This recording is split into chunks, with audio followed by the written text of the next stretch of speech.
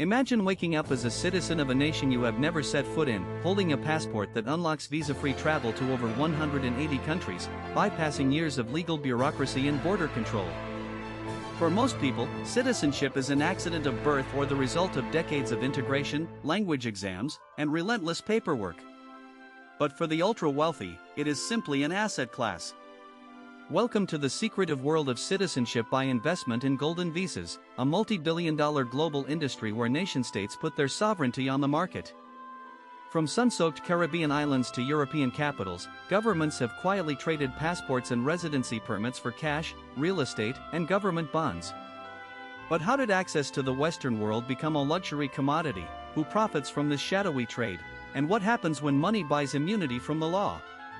To understand how global citizenship became a tradable commodity, we have to look back to 1984 on the small Caribbean island nation of Saint Kitts and Nevis. Having recently gained independence from the United Kingdom, the tiny country faced economic hardship and needed a way to generate sovereign revenue. They pioneered a novel legal mechanism, fast-track citizenship in exchange for a direct cash donation or real estate purchase, requiring no physical presence or language tests. For 2 decades, this was a niche financial product. However, the game changed radically following the 2008 global financial crisis. Cash-strapped European nations were desperate for foreign direct investment. Enter Christian Kalin, the chairman of the Zurich-based firm Henley & Partners, often dubbed Mr. Passport. Kalin transformed citizenship by investment from an obscure Caribbean mechanism into a mainstream global industry. Between 2010 and 2015, nations like Portugal, Greece, Spain, Cyprus, and Malta rolled out their own Golden Visa and Citizenship by investment programs. A foreigner could secure European residency by spending as little as €250,000 on real estate, or buy full European Union citizenship outright for around €1 million. Between 2011 and 2019, the European Union alone welcomed over 130,000 new residents and citizens through these financial channels, injecting over €21 billion into national economies. But as billions flowed in, dirty money and global fugitives followed. The flashpoint occurred in late 2020, when an undercover investigation blew the lid off the industry. Al Jazeera's investigative unit released the Cyprus Papers, a leak of over 2,500 official documents showing that between 2017 and 2019, Cyprus had systematically sold passports to convicted criminals, fugitives, and politically exposed persons. Among those who purchased Cypriot citizenship were Mykola Zlochevsky, a Ukrainian oligarch under investigation for money laundering, and Joe Lowe, the notorious mastermind behind the multi-billion-dollar 1MDB fraud scandal. In October 2020, secret footage showed Dimitris Silouris, the president of the Cypriot parliament, actively offering to help a fictitious Chinese investor with a criminal record obtain a passport, promising full political support at the highest level. The Cypriot government had generated over €7 billion from the scheme before public outrage forced them to shut it down in November 2020. Meanwhile, in Malta, the dark side of the trade turned deadly.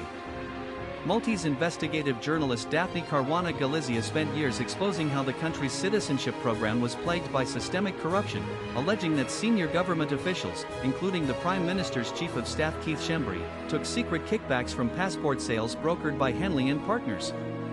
In October 2017, Daphne was assassinated by a car bomb outside her home.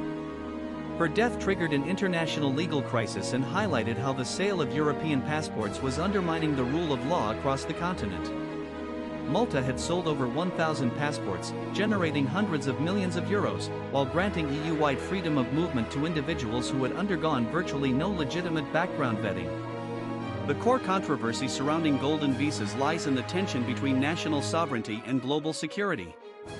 Under international law, established by the International Court of Justice in the landmark 1955 Notbohm case, citizenship requires a genuine link between the individual and the state. Golden visas systematically destroy this requirement by treating nationality as a financial transaction. The security ramifications became glaringly evident following Russia's invasion of Ukraine in February 2022. Western sanctions targeted dozens of Russian oligarchs who held dual citizenship or residency in EU member states like Cyprus, Malta, and Portugal, allowing them to evade asset freezes and cross borders unimpeded. Beyond national security, golden visas have created severe social and economic distortions in host countries. In cities like Lisbon, Vancouver, and Athens, foreign investors bought thousands of luxury apartments to qualify for visas, leaving them empty while triggering a skyrocketing housing crisis that priced out local citizens. Critics argue that Golden Visa programs function as state-sanctioned tax evasion and money laundering schemes, permitting ill-gotten gains to be laundered into legitimate Western financial systems.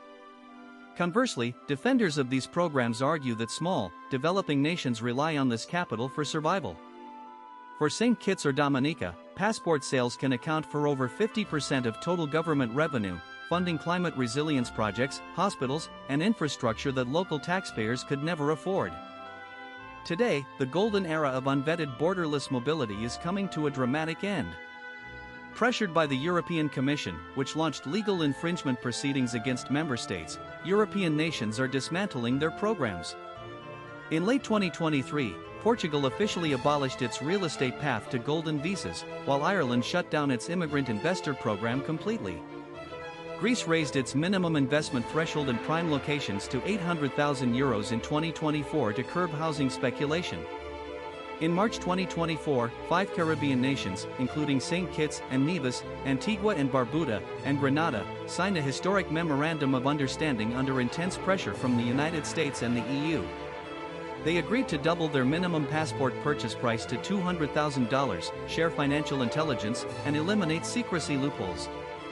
Yet, as Western doors close, the market is simply shifting elsewhere. Countries like Turkey, the United Arab Emirates with its Dubai Golden Visa, and Vanuatu continue to attract billions from global elites seeking secondary passports. The fundamental question remains unanswered: is citizenship a sacred social contract based on shared values and duty, or is it merely the ultimate financial security policy for the world's wealthiest people? The global trade in passports has rewritten the rules of sovereignty and wealth, proving that if you have enough capital, borders are optional. What do you think?